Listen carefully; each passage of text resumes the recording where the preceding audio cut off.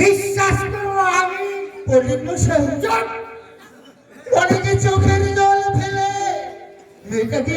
মেয়েটাকে আমি কাছে পেয়েছি। আমার অনুরোধ পণ্ডিত মশাই, বাবা মেয়েটাকে ঘরে থাকতে দিন। ঘরে থাকতে পারবে? এই দোষটা অপবিত্র মেয়ে মুসলমানে ধৈরা নাড়াচাড়া করে পণ্ডিত মশাই পারবে না, পণ্ডিত মশাই না।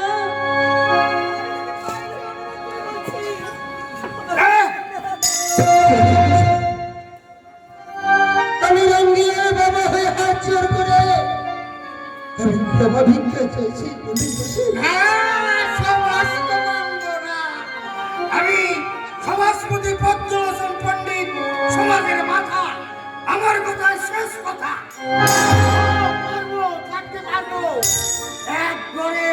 পণ্ডিত মশাই না, পণ্ডিত মশাই না।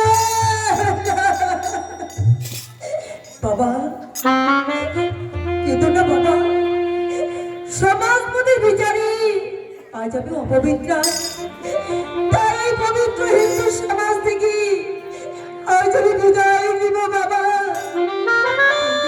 তবে তবে শেষ কোথায় আমি থাকবো ভক্ত সমাজপতি।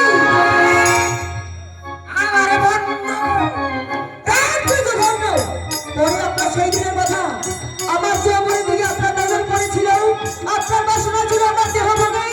তবে সমাজের সমাজপতি যদি কোনো মেয়ের সঙ্গে কামড়ায় লিপ্ত হতে চায় তাহলে সে অপবিত্র হয় না। আজ মুসলিম আমার হাত ধরেছে বলে আজ আমি অপবিত্র।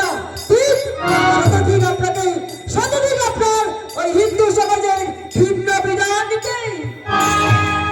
বাবা রঘুলা আজ আমি চলে যাচ্ছি বাবা। কোথায় যাবে রে মা? বাবা আমার জন্য অপেক্ষা করছে শাহীপুরের নবাব মোহন। রঘুলা সেখানে শুধু শয়তান নয় বাবা, সেখানে যে আছে ভগবান। তাই তো ওই তো আমার বাপজান, আমার বাপজান আমাকে বেটি বেটি বলে ডাকছি।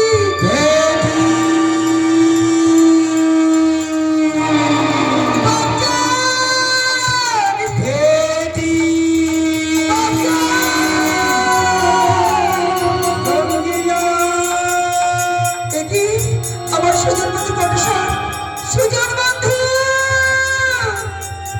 সুজন বন্ধু, সুজন বন্ধু, তুমি বিশ্বাস করো বন্ধু, তোমার রঙ্গিলা পবিত্র নয়।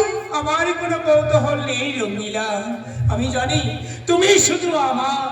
সুজন বন্ধু রঙ্গিলা এই যে বাপন, এই গো ওই রাসলীলা চলবে না, বন্ধ করো। সমাজপতি আপনি যেদিন রঙ্গিলাকে শয়তান মোহাম্মদ খা তুলে নিয়ে গিয়েছিল সেদিন কোথায় ছিল আপনি সমাজপতি মশাই? মুসলমানে ধৈরা লইয়া গেছে, আমি কি করব? সমাজপতি মশাই, রঙ্গিলা এই সমাজে থাকবে, এটা আপনার কথা নয়, এটা রাজা রুদ্র প্রতাপ সিং এর কথা। যান যান সেখান থেকে। দেহি তো মনে হয় কোন রাজার কর্মচারী হইব।